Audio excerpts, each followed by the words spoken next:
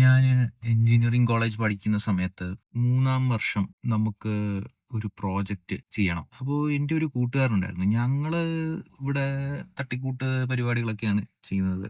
തട്ടിക്കൂട്ട് പരിപാടികൾ ചെയ്യാനുള്ള കാരണം വെച്ചാൽ നമുക്കാരെയും അറിയില്ല. ഏഹ്, എങ്ങനെയാണ് ഒരു കമ്പനിയിൽ ഒരു ഇന്റേൺഷിപ്പിന് കിട്ടണമെന്ന് പറഞ്ഞു കഴിഞ്ഞാൽ ഒരു കമ്പനി അറിയണ്ടേ? ഏതെങ്കിലും കമ്പനിയിൽ പോയി അപ്ലൈ ചെയ്ത് കഴിഞ്ഞാൽ അവര് എടുക്കണ്ടേ? അപ്പോൾ റെക്കമെൻഡേഷൻസ് ഇല്ല.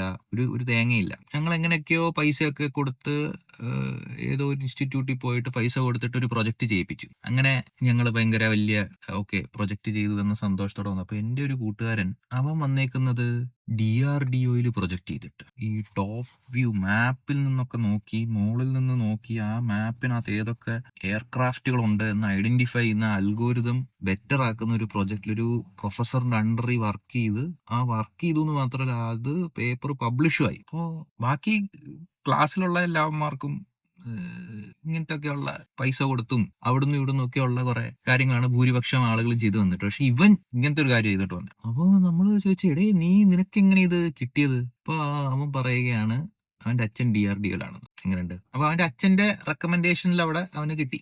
പിന്നിപ്പം ഞാൻ അറിഞ്ഞത് അവന് US MS ചെയ്യാൻ പോയെന്ന്. അപ്പൊ അവന്റെ കംപ്ലൈന്റ് എന്ന് വെച്ചാൽ കഴിവ് കുറഞ്ഞ ആളുകൾ H1B വിസയിൽ വന്നിട്ട് ഇവിടെ അവന് കിട്ടേണ്ട നല്ല ശമ്പളം കുറച്ച് അവിടെ അമേരിക്കയിൽ ജോലി ചെയ്യുന്നു. അതൊക്കെ എന്ത് മോശമാണ്. ഈ ട്രംപ് ചെയ്യുന്ന മാതിരി നിയമങ്ങൾ കൊണ്ടുവന്ന് ആളുകളെ ലിമിറ്റ് ചെയ്യണം. എങ്ങനെയുണ്ട്? അവനെന്തോ വലിയ കഴിവേറിയായി എപ്പോഴത്തേക്കിനും. അവൻ അവിടെ പോകാനുള്ള പ്രധാന കാരണം എന്ന് പറയുന്നത് അവന്റെ അച്ഛൻ DRDOയിലുള്ള പരിചയം കൊണ്ടാണ് അവൻ ആദ്യത്തെ റിസർച്ച് അത് കിട്ടുന്നത്.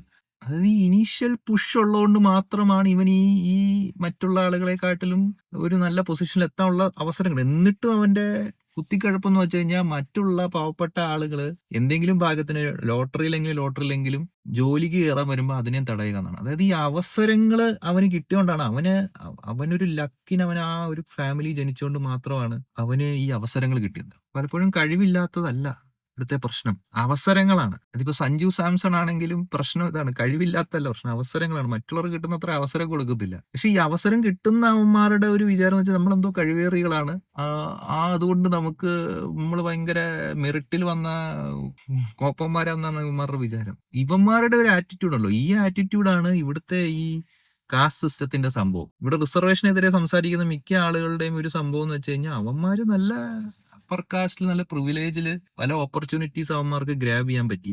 ആ ഓപ്പർച്യൂണിറ്റീസ് ഗ്രാബ് ചെയ്തിട്ട് ഇവന്മാർ പറയുകയാണ് ഞങ്ങൾ ഭയങ്കര കഴിവ് കൊണ്ട് ഇവിടെ എത്തിയതാണ്. എടേ നീ കഴിവ് കൊണ്ട് എത്തിയല്ല, അവിടെ എത്തിക്കഴിയുമ്പോൾ ഇവന്മാർക്ക് എല്ലാം അങ്ങ് കഴപ്പാണ്, ഞാൻ ഭയങ്കര കഴിവ് കൊണ്ട് ഇവിടെ എത്തിയതാണ്.